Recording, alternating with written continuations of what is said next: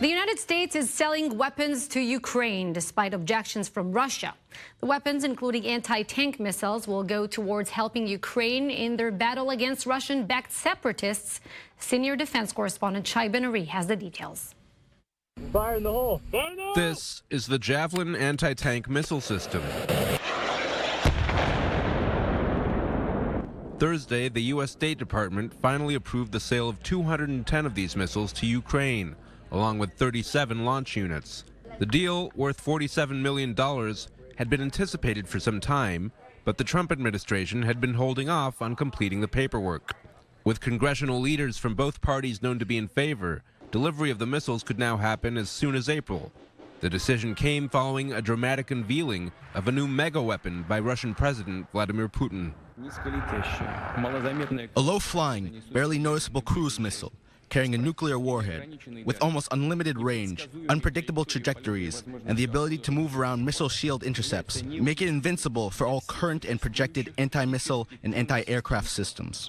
I don't think that kind of imagery, seeing the portrayal in a cheesy video of that kind of attack being conducted on the United States as being a responsible action.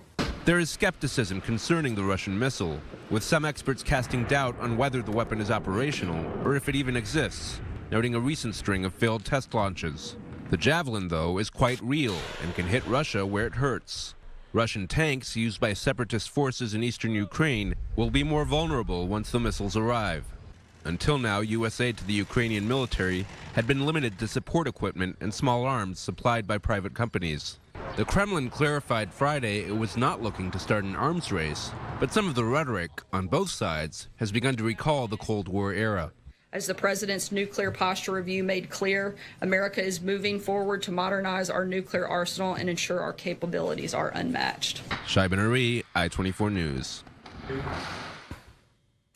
Joining me now is Craig Snyder, President and CEO of the World Affairs Council of Philadelphia. Craig, thank you for being with us. What do you make of the timing in which this weapons sales has been announced right after Putin's presentation of Russia's new nuclear arsenal? Is it coincidental? You know, we can't know for sure. This is the idea that the United States was going to make this sale of anti-tank weapons was first reported in November. So it's been a number of months that they've been sort of finalizing the paperwork. It could be that they rushed it because of Putin's very aggressive speech.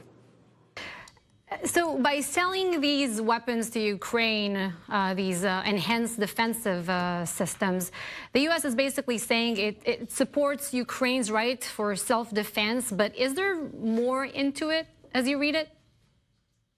Well, this is really a major policy shift. When the Russians intervened in Ukraine almost exactly 4 years ago now, President Obama took a strong line, but also drew a bright line that we would not supply lethal weapons. We would supply various kinds of defensive and non-lethal systems, but not lethal weapons. So this crosses that line in a big way because the Ukrainian forces have been up against what has swelled to be hundreds of Russian tanks, quite modern tanks, anti-aircraft guns, artillery pieces, hundreds and hundreds of heavy weapons that the Russians have put into Ukraine, although they deny that to this very moment. And this does alter the balance potentially on the battlefield, giving the Kiev forces, the Ukrainian forces, the ability to be more effective against the Russians and the separatists. Craig, going back to Putin's presentation yesterday, the new systems he presented there were focused on one principle, and that is defeating U.S. anti-missile defenses. How worried should we be given his rhetoric and presentation of missiles raining on Florida? Well, the video was a kind of propaganda that we haven't seen since the days of the Cold War, with the exception of North Korea. North Korea frequently makes these films where they are animated attacks against the United States. But now we've seen it from Russia. It's quite disturbing that he would think that that was appropriate. He's a couple weeks away from his re-election, which, of course, he's going to win, and he's going to win resoundingly. And apparently he wants to get all the votes and thinks that this might help. On the the substance of the thing, we're just about exactly 35 years since President Reagan's historic speech announcing the Strategic Defense Initiative, the idea that the United States would try to defend itself from ballistic missiles. And it's clear that that speech and the technology that it spawned still scares Russia.